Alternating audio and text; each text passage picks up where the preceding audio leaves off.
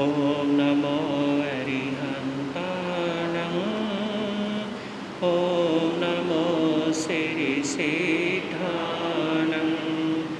ॐ नमो आयर्याणं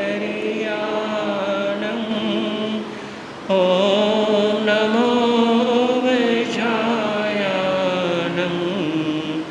नमो लोये सव साहुणं एषो पंच नमो एषो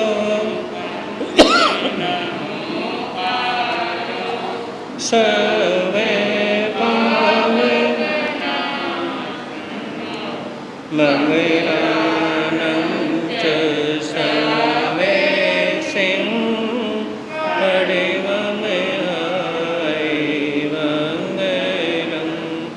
मंगलानं च सर्वे सिं परममहै। जिस देश में जिस भेष में जिस परिवेश में रहूं, नमो अरिहंत नमो अरिहंत नमो अरिहंत कहूं। जिस शान से जिस नाम से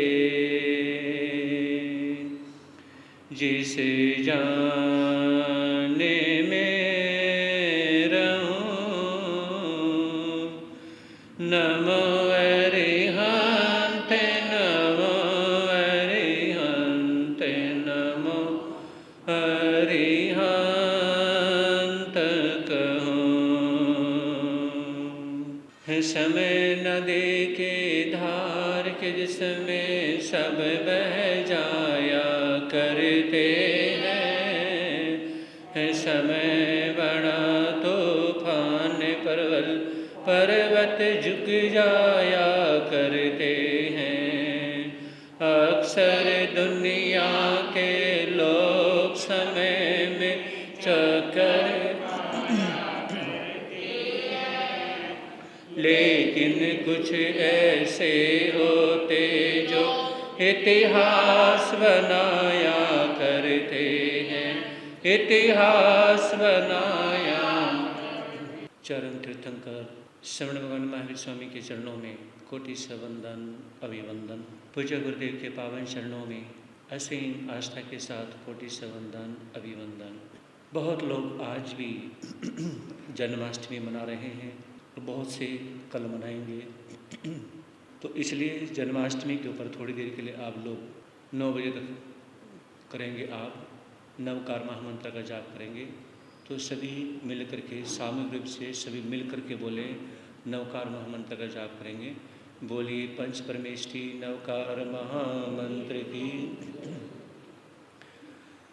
चमत्कारी बाबा पूज्य गुरुदेव श्री प्रेम शिव जी महाराज की। नमो अरिहंताणं नमो आयर्याणं नमो नमो लोये नमो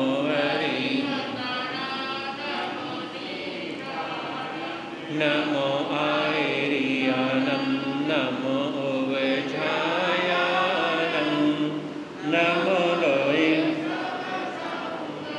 नमो अरिहन्ताणं नमो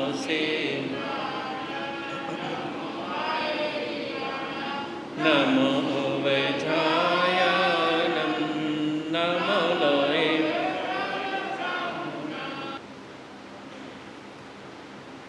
सुनेंगे आप लोग राजा हरिश्चंद्र चरित्र। सत्य पे आधारित और सत्य घटना एक ऐसा चरित्र जो कि इतिहास के अंदर विशेष प्रकार से सत्य के लिए जाना जाता है।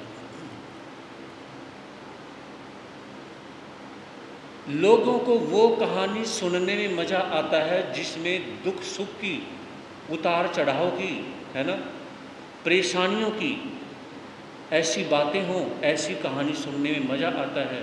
और सारी सुखी सुख की हो तो वो कहानी सुनने में किसी को मज़ा आता है? नहीं आता। अपनी कहानी दुख की किसी को बताने में मज़ा आता है? नहीं आता ना।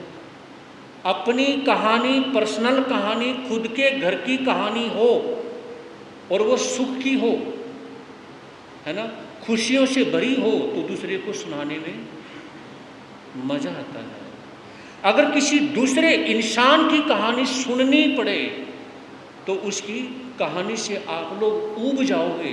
अगर खुशियों से भरी कहानी हुई तो आप ऊब जाओगे, परेशान हो जाओगे, 10 मिनट नहीं सुन पाओगे। अरे अगर वो कोई अपनी दुख भरी परेशानियों की सुनाना शुरू कर दे, है ना, तो सुनने लग जाते हैं। किसके साथ ये हो गया, उसके साथ ये हो गया, बड़ी आसानी से सुनने लग जाते हैं। तो यही फ़र्क है। अपने घर की जो इज्जत बेइज्जती की दुख भरी कहानी कोई किसी को बताना पसंद नहीं करता। सब हमारे घर में गाड़ी आई, हमारे घर में ये है, पैसा है, हमने कोठी ली है, ये है ना, मतलब अच्छी बातें दूसरों को बताने की कोशिश करते हैं और विचार करते हैं कि सामने वाला व्यक्ति अपनी दुख भरी, अपने घर की इज्जत बेइज्जती की बातें मुझे बताए। ये सभी लोग सोचते हैं, चाहे आप लोग भी बैठे हुए हो, समझ रहे हो, सभी सोचते हैं भला कोई नहीं है, समझ रहे हो। सभी ये विचार करते हैं कि अपने घर की इज्जत बेइज्जती की छोटी बड़ी ऊंच नीच की बातें मुझे बता दें, लेकिन मेरे से पूछे ना। अगर मेरे से पूछना हो तो खुशी की बातें पूछे और मैं भी वही बताऊं, है कि नहीं। माइंड का खेल देखो। मतलब इंसान बेईमानी की हद पार कर देता है, समझ रहे हो। बेईमानी की जो हद है ना वो पार कर देता है। ये दुख भरी और ऐसी कहानी, ये चरित्र, राजा हरिश्चंद्र चरित्र, उनकी तो कहानी है। आपको लग रहा है कि ये हरिश्चंद्र चरित्र है, लेकिन उनकी तो बीती हुई, उनकी तो इज्जत की बेइज्जती की घटी हुई कहानी है। और हम बड़े प्यार से सुन रहे हैं, है ना। तो ये विचार करने की ज़रूरत है कि आप सुनिए, किसी की दुख भरी कहानी भी सुने, सुख भरी भी कहानी सुने, लेकिन याद रखें कि किसी की कोई ऐसी कहानी है तो उसमें मैं किसी को शेयर नहीं करूँगा। मेरी ज़िंदगी में ऐसे दुख आए मैं संभाव के साथ सहन करूँगा। किसी की बात मैं उछालूंगा नहीं, किसी की पगड़ी उछालूंगा नहीं। आइए चलते हैं अयोध्या नगरी में। अखिल विश्व में सत्य ही एकमात्र है श्रेय, होता सत्य प्रतिज्ञा का त्रिभुवन में यश गे।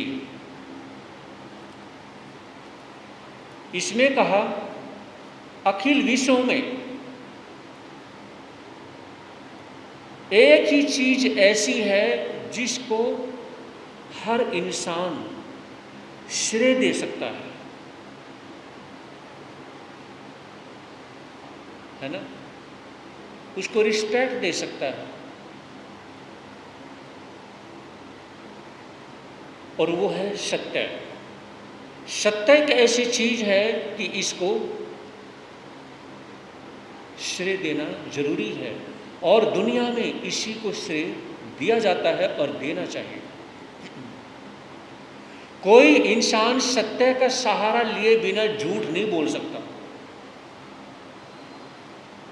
चाहे किसका जो मर्जी बिजनेस हो, चाहे कुछ भी हो, सत्य का सहारा लिए बिना कोई झूठ नहीं बोल सकता। तो इसमें फरमाया है कि इस संसार के अंदर अगर यश है तो यश कहाँ पे है? इज्जत कहाँ पे है? जहाँ पे सत्य है। अगर सत्य नहीं, एक रोज आपके समक्ष मैंने कहा था, कम से कम सप्ताह में करो या एक महीने में करो, एक दिन तो ऐसा रखो, मैं आज 24 घंटे में झूठ नहीं बोलूँगा। समझे नहीं? अगर आपसे झूठ बोलने बिना नहीं रहा जाता तो आप कांटेक्ट ना करें, फ़ोन पे कांटेक्ट ना करें, बातें ना करें। मतलब आप एक महीने में एक बार करें, और देखिए एक महीने में एक बार अगर आपने सत्य बोला है, उसने झूठ नहीं बोली। हर रोज़ पूजा पाठ करते हो ना, सामायिक करते हो, इतनी खुशी तो नहीं मिलती होगी, इतनी खुशी नहीं मिलती होगी जितनी सामायिक करने के बाद में खुशी मिलनी चाहिए। लेकिन अगर आपने 24 घंटे में या एक दिन में, 15 दिन में या महीने में एक बार भी अगर 24 घंटे में आपने झूठ नहीं बोला, उस दिन आपके फेस की चमक कुछ और होगी। समझ रहे? उस दिन फेस की चमक कुछ और होगी। कोई आपके फेस को देखेगा ना, ये कहेगा आप परेशान से लग रहे हो। आपके फेस पे थकान महसूस हो सकती है, कोई घर की परेशानी महसूस हो सकती है, लेकिन कोई ये नहीं कह सकता कि आपके फेस के ऊपर कोई विशेष प्रकार से झूठ या छल कपट महसूस हो रहा है। झूठ और छल कपट का जो चेहरा होता है ना, जो फेस होता है, वो अलग होता है ना? तो ये विचार करें कि महीने में एक बार भी अगर आपने 24 घंटे में सत्य बोल दिया, आपने झूठ नहीं बोला, तो आप परमात्मा के नज़दीक हैं। और जो इंसान बहुत ज़्यादा झूठ बोलता है, फिर हर रोज़ 1-2 घंटा पूजा पाठ भी करता है, कोई फ़ायदा नहीं है। समझ रहे हो? बस यही कि संसार के अंदर अगर श्रेय किसी को दिया जाए तो किसको? सत्य को। राजा हरिश्चंद्र अब सभा में हर रोज आते हैं, न्याय अन्याय का ध्यान रखते हैं और पूरी पब्लिक का ध्यान रखते हैं कि मेरे द्वारा किसी भी प्रकार की कोई गलती ना हो, दोबारा से मैं उस रास्ते पे ना जाऊं कि मैं नगरी को भूल जाऊं। लेकिन हर इंसान से जलस खाने वाले व्यक्ति दुनिया में मिलेंगे। समझ रहे हो? आप जितना मर्जी अच्छा करो। किसी ने पूछा आप परेशान क्यों हो? आपने कहा कि मुझे फलाने व्यक्ति ने रिश्ते में, बस मैं नाम नहीं बताऊंगा, आपने कहा, ये आपके लिए कह रहा हूं मैं, कहा कि बस ये ना पूछ, लेकिन मेरी ज़िंदगी में मुझे 2-4 लोगों ने, 10 लोगों ने या रिश्तेदारों ने या फ्रेंड सर्कल ने मुझे धोखा दे दिया। समझे नहीं? तो उसमें कहें, आप क्या कहेंगे कि मैं बहुत, मेरी ज़िंदगी में चोट खाई है। तो कहने का तात्पर्य क्या है? ऐसा कोई इंसान नहीं जिससे जलस खाने वाले या खुंदक खाने वाले कोई नहीं हो, और वो इंसान आपसे पूछे क्या आपसे कोई गलती हो गई थी? नहीं तो। और बहुत से भाई बहन इसलिए परेशान हैं कि मैंने सामने वाले को परेशान ही नहीं किया, मैंने गाली नहीं दी, मारा नहीं, पीटा नहीं, कुछ भी नहीं किया, फिर भी वो इंसान मेरा दुश्मन है। हाँ जी, मैंने कुछ गलत नहीं किया उसके साथ में, कुछ भी लड़ाई नहीं करी, मैंने कुछ गलत किया तो नहीं ना। जब मैंने गलत किया भी नहीं और फिर भी वो इंसान मेरे से खुंदक आता है, वो मेरे से खुश नहीं है ना? वो नज़रें चुरा करके मेरे से बातें करता है, वो मुंह फेर के मेरे से बातें करता है, वो मेरे पास आकर के बैठना पसंद नहीं करता, मेरे पास बैठ करके बोलना, बातें करना पसंद नहीं करता। जब भी कोई बात होती है वो क्या है, वो बैठना पसंद नहीं करता। तो आपके दिमाग में बात आती होंगी कि वो व्यक्ति मेरे से नाराज क्यों है। तो महावीर की वाणी, महापुरुषों की वाणी ये कहती है कि ये मन में, सबके मन में होता है कि पता नहीं वो नाराज क्यों है, वो परेशान क्यों है। ये आप सारी बातें साइड में कर दे, छोड़ दें। समझे नहीं? ये मत सोचो कभी भी जिंदगी में कि मैंने किसी का बुरा नहीं किया तो उस व्यक्ति ने मेरा बुरा क्यों किया, ये मुझे ये समझ नहीं आ रहा। ये सोचोगे तो पागल हो जाओगे, लेकिन आप समझ नहीं पाओगे। समझे नहीं? कभी भी ये मत सोचना जिंदगी में मैंने बुरा नहीं किया तो मेरे साथ बुरा क्यों हुआ, ये मत सोचना। जब भी हो परमात्मा का नाम लें, एक ही बात विचार करें कि प्रभु मुझे तो बुरा करना नहीं, लेकिन अगर मैंने बुरा किया है तो मेरे साथ हो चुका, और इसने बुरा किया है तो आप ही जानो, जो कुछ करना आप ही करो, जो कुछ करना है। समझे नहीं? तो मेरे कहने का तात्पर्य है कि कभी भी अपने आप से शिकायत मत करना। बहुत से लोग अपने आप से शिकायत करते हैं, मैंने बुरा तो नहीं किया, उसने मेरे साथ बुरा क्यों किया। राजा हरिश्चंद्र अब कोई गलत नहीं कर रहे, लेकिन देवलोक में, स्वर्ग में सभा लगती है, और सभा किसके सानिध्य में लगती है? इंद्रदेव के।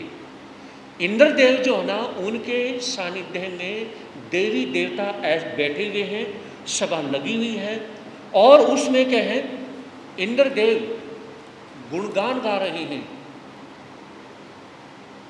किसके गुणगान गा रहे हैं? चलिए सुनते हैं। स्वर्ग लोक में इंद्रदेव की सभा लगी है अति महती,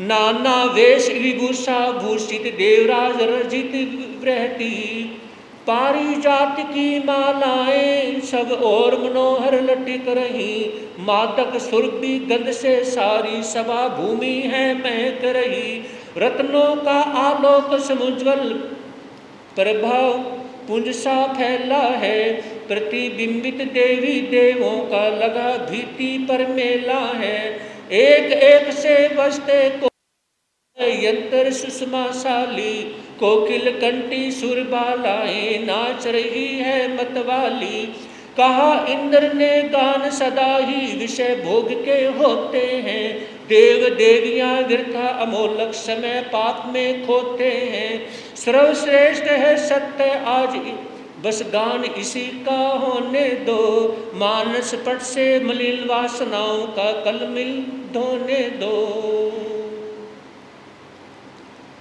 क्या कहा कि सत्य के गुणगान गाए जा रहे हैं, और सत्य के गुणगान क्या हैं?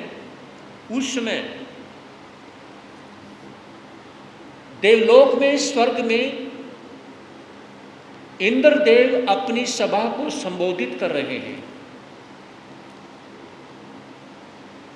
सभा को संबोधित करते हुए वो तो उसमें वो कहते हैं कि आज हे मेरे देवी देवताओं, जी भर के नाचो, इतना नाचो, इतना डांस करो कि तुम मस्ती में खो जाओ, सब कुछ भूल जाओ।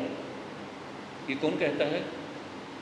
इंद्रदेव कहता है कि आज इतना डांस करो, इतना नाच करो, तुम्हें यही ना पता हो कि तुम कहाँ हो। अपने देश में, अब मैं बात अपने कंट्री में है, आपको उस जगह पर जहाँ पर ओशो, रजनीश, एक ओशो हुए हैं, शायद आप लोगों ने कभी नाम सुना हो, ओशो रजनीश। जैन परिवार से हुए हैं, शादी भी उन्होंने की है, ठीक है। उनको 93 के आसपास, क्या है, 93 के आसपास उनको जहर दे के मार दिया गया। जो ओशो हैं तो उन्होंने क्या है, शादी भी हुई, और उन्होंने उस समय क्या है, शादी के कुछ समय के बाद उन्होंने परमात्मा की तरफ अपना मन लगाया, और हजारों लाखों लाखों लोगों को उन्होंने जोड़ा, धर्म से जोड़ा, बहुत सारी बुराइयां उन्होंने क्या है छुड़वाई। तो ओशो ये कहते हैं कि कोई इंसान हर रोज थोड़ी देर, 1 घंटा, आधा घंटा, कहा कि जब वो मस्ती में अकेले में वो डांस करे और उसमें परमात्मा का डांस करे। ओशो क्या कहते हैं, आज उनको वर्ल्ड में बहुत कंट्रियों में उनको, उनका जो साहित्य है ना, उनकी जो बुक्स हैं, या नेट के ऊपर कहीं भी किस नाम से है, ओशो के नाम से है। तो ओशो ये कहते हैं कि आप अपने परमात्मा में झूम जाओ, उसमें उसको इतना ज़्यादा याद करो, उसकी इतनी मस्ती में घूम जाओ कि तुम्हें ये ही ना पता चले कि आप जेंट्स हैं या आप लेडीज हैं, आप अपने घर में नाच रहे हैं या बाहर नाच रहे हैं। आप इतनी ज़्यादा मस्ती में खो जाओ, इतनी ज़्यादा मस्ती में डांस करो, नाच करो कि तुम सब कुछ भूल जाओ। समझ रहे हो? कहा कि अगर तुम मस्ती में डांस करोगे तो उसमें भी मस्ती में डांस तुमने कर लिया तो नाचते नाचते भी तो परमात्मा के नजदीक आ सकते हो। क्या कहते हो? नाचते नाचते भी, डांस करते करते भी तुम परमात्मा के नजदीक आ सकते हो। और इंद्र देव भी अपनी देवी देवताओं को क्या करेंगे कि इतना नाचो, इतना डांस करो कि भूल जाओ सब कुछ। अब मैं आपको अपने जैन शास्त्रों में लेके जाना चाहता हूं, समझे नहीं? जैन शास्त्रों में क्या है? इलायची कुमार सुना कभी? हाँ जी, किसी ने इलायची कुमार की स्टोरी सुनी है? हाँ जी माता जी, सुनी? नहीं सुनी? वो करेगी सुनिए। इलायची कुमार अपनी पत्नी के साथ रहते हैं। उनका काम क्या है? नाचने का, नाच गान करना, डांस करना। उससे जो पैसे मिलते हैं, जो करतब दिखाते हैं ना, बहुत से कोई साइकिल भी करते हैं, कोई रस्सी पे चढ़ के करतब करते हैं, आपने देखा होगा, है ना? तो इस तरह से जो करतब करते हैं ना, तो इस तरह से इलायची कुमार भी अपनी पत्नी को साथ लेकर के, लेकिन जो नाच गाना, रस्सी पे चढ़ना, ये बहुत सारे जो करतब दिखाते हैं, कौन? इलायची कुमार। अब वो करते हैं और उसी से उनकी रोजी रोटी चलती है।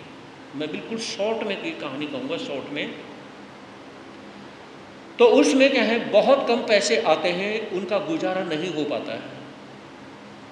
एक रोज राजा के यहाँ से निमंत्रण आता है, तो इलायची कुमार को बहुत खुशी होती है कि आज राजा के पास जो मेरा निमंत्रण आया है वहाँ पर मुझे जाना है, तो बहुत ज़्यादा मुझे पैसे मिल सकते हैं। तो इलायची कुमार यानी कि जब चढ़ते हैं और रस्सी के ऊपर दोनों सिरे रस्सी पे बंद, यानी कि दोनों साइड में बंधे हुए हैं और वो रस्सी पे चलते हैं। अब देखिए, रस्सी पे चलना कोई आसान काम तो है नहीं, कहने में तो कोई कुछ भी कहे। चलते हैं और उसमें करतब दिखाते हैं, तो उसमें उतर के आते हैं। तो राजा खुश नहीं हुआ। राजा ने कोई इनाम, कोई पारितोषिक, कोई पैसे इत्यादि कुछ भी नहीं दिए। इलायची कुमार का दिल टूट गया। तो उसमें पत्नी समझ जाती है, पत्नी पास में आती है, कहने लगी, पतिदेव बात सुनिए, आपने पैसे कमाने के लिए ऊपर करतब दिखाए है ना, पैसे दिखाने के लिए करतब मत दिखाओ। आप ये सोच के चढ़े हो रस्सी के ऊपर कि मैं यहाँ पे करतब दिखाऊंगा तो राजा मुझे बहुत ज़्यादा पैसे देंगे। राजा की वजह से हमारी गृहस्थी नहीं चलने वाली। राजा की वजह से आज तक हमारी रोजी रोटी चली है, बस तो फिर दोबारा से फिर रस्सी पे चढ़ो, करतब दिखाओ और राजा की तरफ से ध्यान हटाओ। वो खुश हुए तो ठीक, और ना खुश हो तो ठीक। राजा को दिमाग से निकाल दो आप। कहा कि नहीं, मैं तो नहीं चढ़ने वाला, मेरा दिल तो वैसे टूट गया, मैं दोबारा नहीं कर सकता, मर्जी है। लेकिन अगर आप मेरी बात मानो तो दोबारा से चढ़ो, और प्यार करना है दो चीज़ों से करो। गौर से सुनना मेरी बात को, बहुत गहरी बात है। अगर प्यार करना चाहते हो पतिदेव, तो सिर्फ दो चीज़ों से प्यार करो। किससे प्यार करो? पहली बात, अपने परमात्मा से प्यार करो। ताकि दूसरा किससे प्यार करूं? मेरे से भी मत करना। पत्नी ने कहा मैं अपना नाम नहीं लूंगी, तो फर्स्ट टाइम अपने परमात्मा से प्यार करो, और सेकंड टाइम अपनी कला, जो आप कला दिखा रहे हो, इससे प्यार करो। जो आपकी रोजी रोटी है उससे प्यार करो। जो आप काम करते हो उससे प्यार करो। जिस काम की वजह से आप कमा के खाते हो उससे प्यार करो, चाहे वो कर्म कैसा ही हो। एक चोर जब चोरी करने जाता है वो भी भगवान का नाम लेके जाता है कि आज तो कुछ न कुछ मिलेंगे। क्या कहा? तो ये कहा कि आप फर्स्ट टाइम अपने परमात्मा से प्यार करो और सेकंड टाइम अपनी रोजी रोटी, अपनी कला से, जो कला आपके पास में है, जिस कला से आप पैसे कमाते हो उस कला से प्यार करो। सिर्फ दो चीजों से प्यार करो और दो चीजों का नाम लो, ऊपर चढ़ जाओ, है ना। जब पत्नी ने ये कहा, पतिदेव को बहुत अच्छा लगा।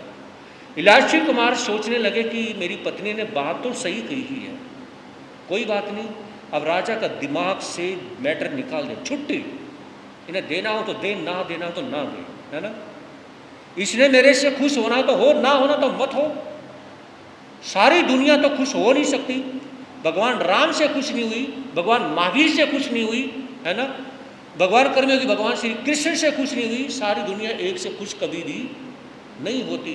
ये विचार वो करते हैं इलायची कुमार, और अपनी पत्नी की बात को सिरोधार्य करते हुए दोबारा से रस्सी पे चढ़ जाते हैं, मस्ती में खो जाते हैं और इतना बढ़िया करतब दिखाते हैं, इतना बढ़िया डांस करते हैं उस रस्सी के ऊपर। जितनी पब्लिक, हजारों की संख्या में जो पब्लिक थी, राजा भी सभी के हाथ तालियों से, गड़गड़ाहट से आवाज आती है कि ऐसे करतब तो हमने देखे नहीं, और पैसे का ढेर लग जाता है। तो इलायची कुमार जब रस्सी से नीचे उतर के आते हैं तो उसमें पत्नी ने कहा कि पतिदेव, देखा आपने मेरी बात मानी, आपने पैसों के लिए काम नहीं किया, आपने परमात्मा को और जो कला आप दिखाते हो उस कला से प्यार किया ना, देख लो पैसे का ढेर लग चुका है। इलायची कुमार कहने लगे, अब मुझे ये पैसे नहीं चाहिए। देखो कमाल, देखो, कहा कि आपने मुझे परमात्मा का नाम लेके, आपने मुझे जो मैं कला दिखाता हूं उस कला का नाम लेके मुझे रस्सी पे चढ़ा दिया।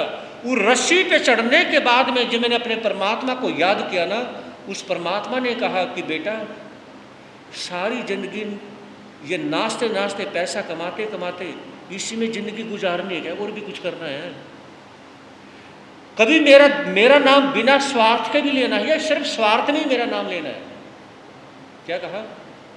मन में भाव आते हैं कि सिर्फ स्वार्थ में मेरा नाम लेना है या बिना स्वार्थ के भी मेरा नाम लेना है, तो अब मुझे पैसे की जरूरत नहीं है।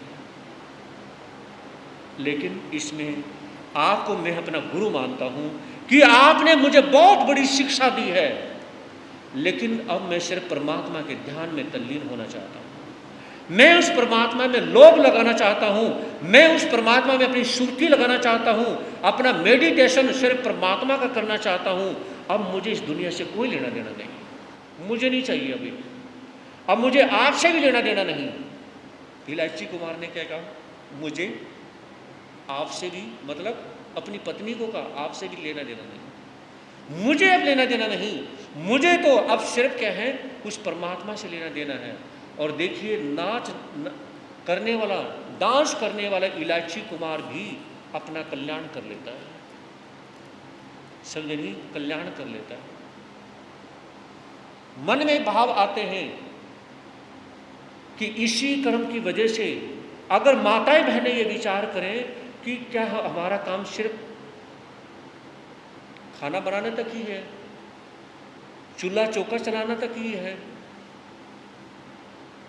ना, अगर यही करते करते ही इस जिंदगी को पूरा कर दिया, छोड़ दिया, फिर आगे आगे कहाँ जाएंगे? एक बार एक पंडित जी कथा कर रहे थे और कथा करते करते क्या है, उन्होंने कहा कि जो जिसको जैसा चोला मिला है तो अगले जन्म में उसको वैसा ही चोला मिलेगा।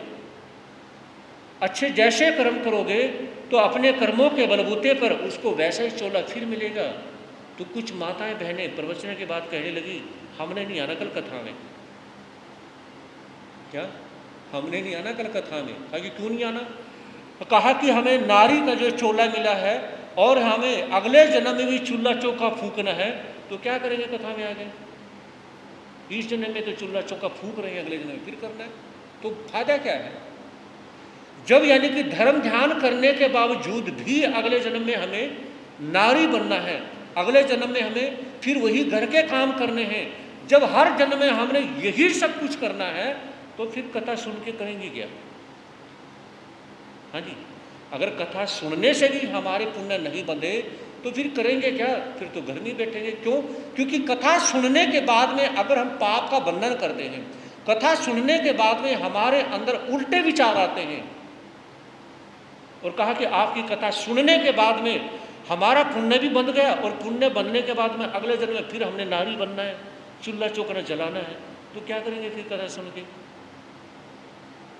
अगले जन्म में वही यानी कि कमाओ धमाओ, बच्चे पैदा करो, चूल्हा चौका फूको, बस। तो फिर तो धर्म ध्यान करने में कुछ रखा नहीं, इससे तो अपने घर में ठीक है।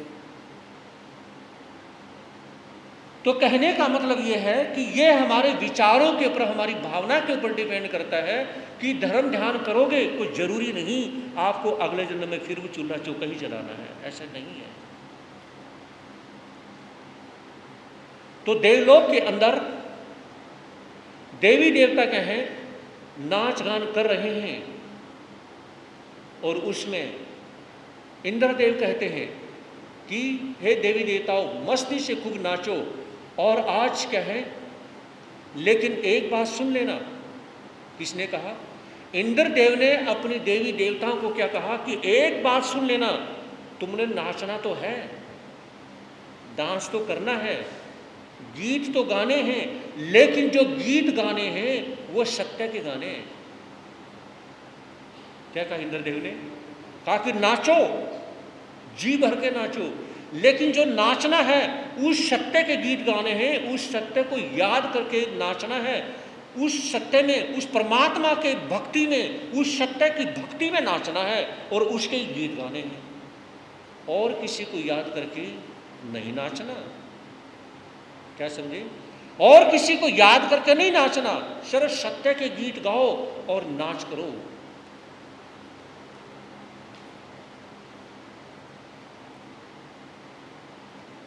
आज 4 मिनट हैं तो एक बात मैं कहना चाहूँगा। मेरे दिमाग में एक बात आई है ना, बात यह कि इंसान हर रोज क्या है, घर से बाहर निकलने से पहले जब श्रृंगार करता है तो कहाँ खड़ा होता है? शीशे के सामने। तो मैंने विचार किया, इस दुनिया में सबसे ज्यादा झूठ कौन बोलता है? इस दुनिया में सबसे ज्यादा,